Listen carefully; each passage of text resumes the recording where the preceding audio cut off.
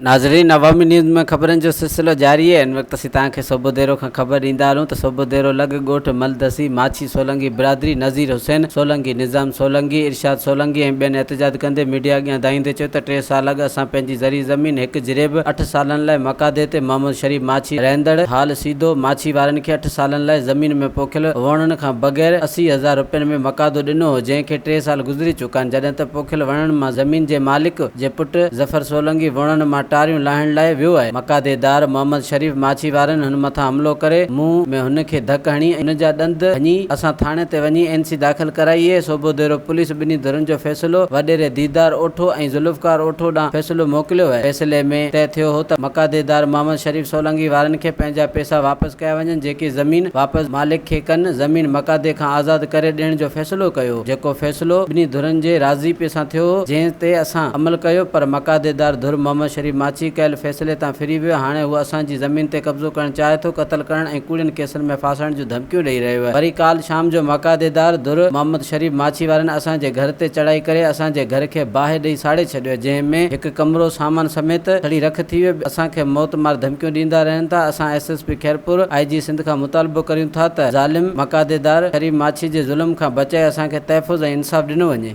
वधीक ख़बरनि ऐं तफ़सील जे लाइ विज़िट कयो असांजी वेबसाइट awamiNewsHD.com ऐं ॾिसंदा रहो।